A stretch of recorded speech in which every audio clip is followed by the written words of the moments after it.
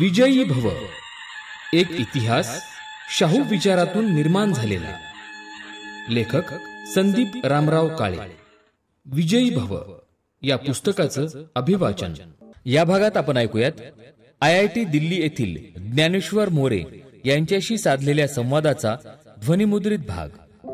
मी शाळेत शिक्षण घेत असताना इयत्तेप्रमाणे दिल्ली या शहराची संकल्पना वेगवेगळ्या आकारात मनात रूप घेत होती. दिल्ली भारताची राजधानी, दिल्लीचा प्रजासत्ताक दिवस, दिल्ली सुप्रीम कोर्ट आणि इतिहासाच्या पुस्तकात मराठ्यांनी अटकेपार झेंडे नेले अशा अनेक संदर्भात दिल्लीनं मनावर गारूड केलं होतं.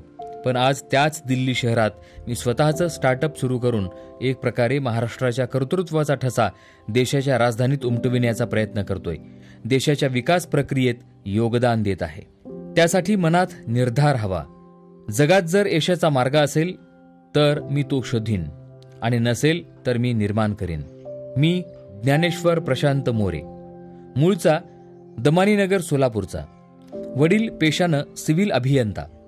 त्यांचा स्वतःचा खाजगी सल्लागार म्हणून व्यवसाय आहे. आई वैशाली ही कुटुंबाची वाहिनी, गृहिणी. एक लहान बहीण. चौकोनी आनंदी कुटुंबात. मी मात्र लहानपणापासून खोडकर, चळवळ्या आणि शाळेत अभ्यासापेक्षा मित्रांमध्ये जास्त रमणारा होतो. प्राथमिक व माध्यमिक शिक्षण सोलापुरातील सेंट जोसेफ हायस्कूलमध्ये झाले. 1ली ते 4थी माझ्या फक्त खोडकर म्हणून तक्रारीच पालकांच्या कानी अधिक होत्या. वर्गात खोडकरपणा आणि ग्राउंडवर उत्तम खेळ अशीच माझी ओळख होती. मी अजिबात अभ्यासू नव्हतो. एक सर्वसाधारण विद्यार्थी म्हणूनच माझा परिचय होता. दंगा केला की घरी रट्टे मिळायचे, पण लहानपणी ते मला चुका सुधारण्यासाठी उपयोगी पडले नाहीत. शिक्षणात मी फार रस घेतलाच नाही. सुट्ट्या पडल्या की आम्ही माझ्या आजोळी सांगोल्याला जायचो. मामांच्या आणि आजीच्या शेतातल्या घरी आनंदाची डोही, आनंद तरंग असं वातावरण होतं. 7वी 8वी इयत्तेत मी हळूहळू अभ्यासात कमी पडतोय असं जाणवायला लागलं. इयत्ता 9वीत गेल्यावर आजोळी जाणं बंद झालं. एकदा 9वीच्या चाचणी परीक्षेत एक अशी घटना घडली की माझ्या आयुष्याला कलाटणी मिळाली. आमच्या बाई वर्गात आल्या. त्यांनी उत्तरपत्रिका वाटायला सुरुवात केली. त्या प्रत्येकाचे मार्क्स सांगत होत्या. जेव्हा सगळे पेपर वाटून झाले तेव्हा माझ्या डोक्यात सनकन वीज चमकली. वर्गात सगळ्यात कमी मार्क्स मला मिळाले आहेत. मला पालकांनी कधी काही सांगितलं तरी मी विचार केला नाही की ते असे का सांगतात. पण त्या दिवशी जणू झाकुळलेले आभाळ मोकळे झाले. मला रडू सुद्धा येईना इतका मी थिजून गेलो. आयुष्यात पहिल्यांदा स्पर्धा या शब्दाची ओळख झाली आणि मी तिच्याशी मैत्री केली. माझ्या वर्गात चालणाऱ्या अखंड बडबडीचं रूपांतर स्वसंवादात झालं. मला आई बाबा सांगत असलेल्या लहान लहान सूचनांची किंमत कळू लागली. जाणीव झाली की मीच माझ्या जीवनाचा शिल्पकार आहे. अभ्यास का करायचा या प्रश्नाला मूक दिशा मिळाली. माझी तशी अभ्यासातील गोडी वाढू लागली. जणू एका आळीचे कोशात रूपांतर होऊ लागले. वर्गातील उत्तम गुण मिळविणाऱ्या विद्यार्थ्यांच्या गटाकडे हळूहळू मी मार्गक्रमण करू लागलो आणि लवकरच गटात सामीलही झालो. 9वी आणि 10वीचा अभ्यास विस्तृत असल्यानं गुणवत्तेत चढ उतार होत होता. पण मी हार्ड प्रॅक्टिसकडून स्मार्ट प्रॅक्टिसकडे जाऊ लागलो. इयत्ता 10वीतील पाठांतर, तेच प्रश्न वारंवार सोडविणे, उत्तरांची विशिष्ट रचना आणि स्मरणशक्ती केंद्रित हार्ड प्रॅक्टिस करून मी विषयाचे आकलन करून घेणे, विविध उद्दिष्ट समजावून घेऊन स्मरण करणे, अभ्यासक्रमातील बारकावे आणि क्लृप्त्या ओळखणे ही स्मार्ट प्रॅक्टिस करू लागलो. त्याचा मला आजपर्यंत उपयोग झाला आणि कायम होईल. फक्त घोकमपट्टी काही उपयोगाची नाही.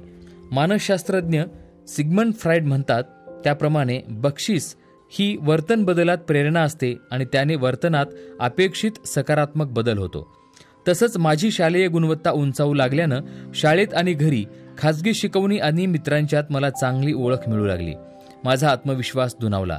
वर्गात शेवटच्या क्रमांकावर गेल्यानं अळीचे कोशात जाणारे रूप रंगीबेरंगी लखलखत्या पंखांनी स्वच्छंदी उडणाऱ्या फुलपाखरात झाले. मला 2018ला 10वीला 92% मार्क्स मिळाले. आईबाबांना खूप आनंद झाला. तोच माझ्या दृष्टीनं मोलाचा होता. मग आईनं मला JEE बद्दल सांगितलं. पुण्या मुंबईत IITची प्रवेश परीक्षेची तयारी इयत्ता 8वी पासून सुरू होते. पण मला 8वीला IIT काय असते हे पण माहीत नव्हतं. आईला 11वीत माहिती कळाली आणि तिनं मला STS चांडक कॉलेजबरोबर JEEचा खाजगी क्लास पण लावला. आयुष्यात कधीही नाही एवढी तारेवरची कसरत सुरू झाली. 11वी 12वीचे सायन्स वर्गाचे तास, प्रॅक्टिकल्स, जर्नल्स लिहिले, JEEचा क्लास, त्यांचा घरचा अभ्यास, 11वी-12वी वर्षभराच्या परीक्षा, JEEच्या प्रत्येक आठवड्याच्या परीक्षेत मी कधी उठतो आणि कधी झोपतो हे पण कळेनासं झालं. मेहनत या शब्दाचा खरा अर्थ कळाला, पण त्यात मला उत्साही आणि आनंदी वाटायचे, कारण माझ्या आजूबाजूच्या मित्रपरिवार, पालक, कॉलेजचे शिक्षक आणि क्लासचे सर यांची असलेली माझ्याप्रती आत्मीयता मला फार भावली. ते सर्व मला आपलेपणानं प्रेरणा देत होते. मी सामान्य विद्यार्थी होतो. त्यांनी मला मेहनती विद्यार्थ्यांमधून यशस्वी विद्यार्थ्याकडे नेले. मी पण मित्र, प्राध्यापक यांच्याशी खूप हसून खेळून असायचो, रमायचो. ती संस्काराची शिदोरी मला आजही पुरत आहे. 11वी-12वी म्हणजे मला एका महासागरात IITची ॲडमिशनची संधी म्हणजे सुई शोधण्याप्रमाणे होती. एक मी निकराचा प्रयत्न केला. सोलापूरसारख्या शहरात असे काही वातावरण नव्हते, पण निकाल लागला आणि मला IIT पवई आणि IIT दिल्ली अशा दोन्हीकडे प्रवेश मिळू शकत होता. पण मला हव्या त्या 4 वर्षाच्या कोर्ससाठी मी दिल्ली IIT BTech इलेक्ट्रिकल इंजिनिअरिंगला प्रवेश घेतला. स्वप्नपूर्ती झाली. मी 2020 साली प्रथम वर्षाला प्रवेश घेताना वडिलांनी शैक्षणिक कर्ज काढलं. सोलापूरहून दिल्लीला जाणं, IITची फी, हॉस्टेल आणि जेवणाचा खर्च तसंच इतर खर्च होतोच. असे मिळून येणारा खर्च करण्याची आमची परिस्थिती नव्हती. वडील एकमेव कमावते होते आणि त्यांचे उत्पन्न शाश्वत नव्हते. मध्यमवर्गीय परिस्थितीतही मला उत्तम शैक्षणिक सुविधा देण्यासाठी ते झटत होते. अगर किसी चीज को पूरी शिद्दत से चाहो तो पूरी कायनात तुम्हें उससे मिलाने में लग जाती है. मला शैक्षणिक मदत हवी होती, पण त्याच दरम्यान वडिलांना पुण्यातील सारथी नावाची संस्था प्रज्ञावान आणि गरजू मराठा मुलांना अटींची पूर्तता झाल्यानंतर शैक्षणिक फीसाठी शिष्यवृत्ती देते हे कळालं. मला 10वीला 92%, 12वीला 84% आणि दिल्ली IITत गुणवत्तेवर प्रवेश होता. त्यामुळे मला सारथीची शिष्यवृत्ती मिळाली. वेळेला केळे आणि उपासाला रताळे असे जेव्हा माणूस भुकेला आहे त्यावेळी त्याला जो घास मिळतो तो अमृता समान असतो. तशीच ही मदत आम्हाला होती. माझ्या कुटुंबाचे ओझे हलके झाले आणि माझे शिक्षण निर्विघ्न पार पडण्यासाठी सारथीची मदतही बहुमोल होती. या मदतीमुळे मी अनेक नवीन गोष्टींवर खर्च करू शकलो. माझ्यातील कला, क्रीडा आणि क्षमतांचा विनातान विकास करू शकलो. म्हणून माझे आई वडील सारथी संस्थेनं दिलेल्या मदतीनं सुखावले आणि सावरले. सारथी संस्थेनं मला संपूर्ण वर्षाची फी, मेसचा खर्च आणि हॉस्टेलच्या खर्चाची रक्कम दिली.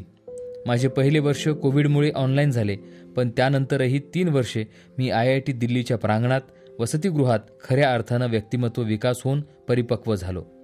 माझ्यातील आत्मविश्वास दुणावला. माझ्या बाबांच्या प्रमाणे मी पण IITत असंख्य मित्र जमवले. मिळेल त्या संधीचा फायदा घेऊन सोनं केलं. वसतिगृह कमिटी, नृत्य कमिटी, नाटक कमिटी इत्यादी सांघिक कार्यात मी सदस्य झालो. संपूर्ण भारतातून इथं मुलं येतात, त्यामुळं आपल्याला भारतीयत्वाचा खरा अर्थ कळतो. वसतिगृहातील नवे कुटुंब तुमची सर्व काळजी घेते, मदत करते.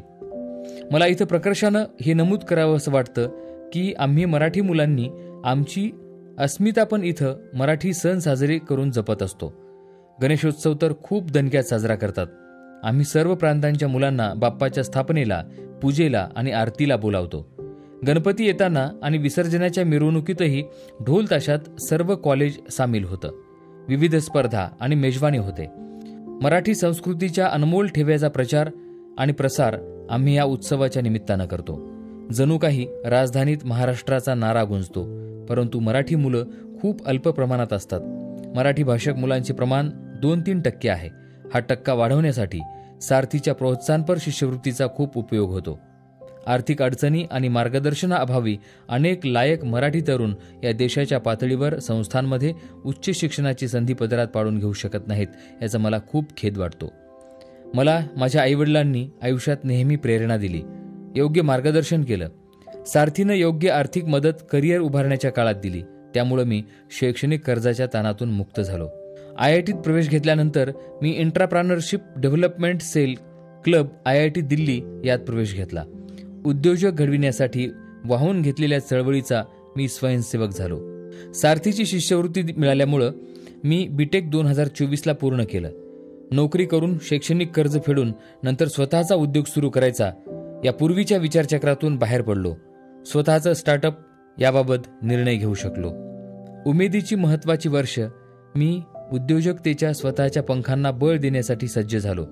इथं मला ज्येष्ठ विद्यार्थी, प्राध्यापक आणि सहकारी यांच्याकडून उद्योगाचे बाळकडू मिळाले. शार्प टँक, हॅकथॉर्न, बिझनेस प्लॅन इत्यादी स्पर्धा या क्लबद्वारे राबविल्या जातात. त्यामुळंच मी बीटेक झाल्यावर नोकरीच्या मागे न लागता व्यवसाय स्टार्टअप सुरू करायचं ठरवलं. फावल्या वेळात बॅडमिंटनसारखे खेळ खेळणे, पियानो वाजवणे इत्यादीत मी स्वतःला ताजेतवाने ठेवतो. सतत माणसांच्या मोहळात मला जगल्यासारखे वाटते. मला आज शिक्षण यशस्वीरित्या पूर्ण झाल्यानंतर असं वाटतं, कोणत्याही विद्यार्थ्यावर हुशार आणि ढ हा शिक्का मारणं चुकीचं आहे. विद्यार्थी संधीची समानता, जाणीव आणि पालक, शासन यांच्या मदतीनं आपलं भवितव्य घडवतो. जसं सोलापूरमधील एका महाविद्यालयातील मुलगा IIT दिल्लीची पदवी बीटेक घेतो आणि याच देशातील भारताची राजधानी म्हणून ओळखल्या जाणाऱ्या दिल्लीत स्वतःचं स्टार्टअप सुरू करतो. देशाच्या विकासाला चॉईस AI सारख्या स्टार्टअपमधून वृद्धिंगत करायचा प्रयत्न करतो. उडणाऱ्या पंखांना बळ देण्याचं काम माझे गुरुजन, आईवडील, सारथी संस्था यांनी केलं आणि त्यांच्यामुळेच मी भविष्याची स्वप्न रंगवू शकलो. माझे पालकही सारथी संस्थेचे आभारी आहेत. जब तक पूरा भारत उठकर खड़ा नहीं होगा, संसार में कोई हमारा आदर नहीं करेगा. इस दुनिया में डर की कोई जगह नहीं है, केवल शक्ति की पूजा होती है. APJ अब्दुल कलाम यांचे हे विचार. भारत स्वयंपूर्ण होण्यासाठी ज्ञानाच्या शक्तीची उपासना होणं गरजेचं आहे आणि या उपासनेत सर्व युवकांना प्रेरणा, मार्गदर्शन आणि साथ मिळणं महत्त्वाचं आहे. मी स्वतः सुद्धा IIT दिल्ली आणि इतर शैक्षणिक संस्थांच्या विद्यार्थ्यांना आवश्यक शैक्षणिक, उद्योग सुरू करण्याची संबंधित मार्गदर्शन करणं, समुपदेशन करणं, जमेल तसं करून समाजोपयोगी कार्य करतो. शिक्षणाविषयी मुलांच्या मनातील भीती काढून टाकण्याचा प्रयत्न करतो. ज्योत से ज्योत जगाओ सद्गुरू, मेरा अंतर तिमीर मिटाओ सद्गुरू. मी विकसित होता होता अनेकांना विकसित करीत स्वतः अधिकाधिक यशस्वी होईन. देशाला गौरवास्पद कामगिरी, उद्योग भरारी घेऊन करेन.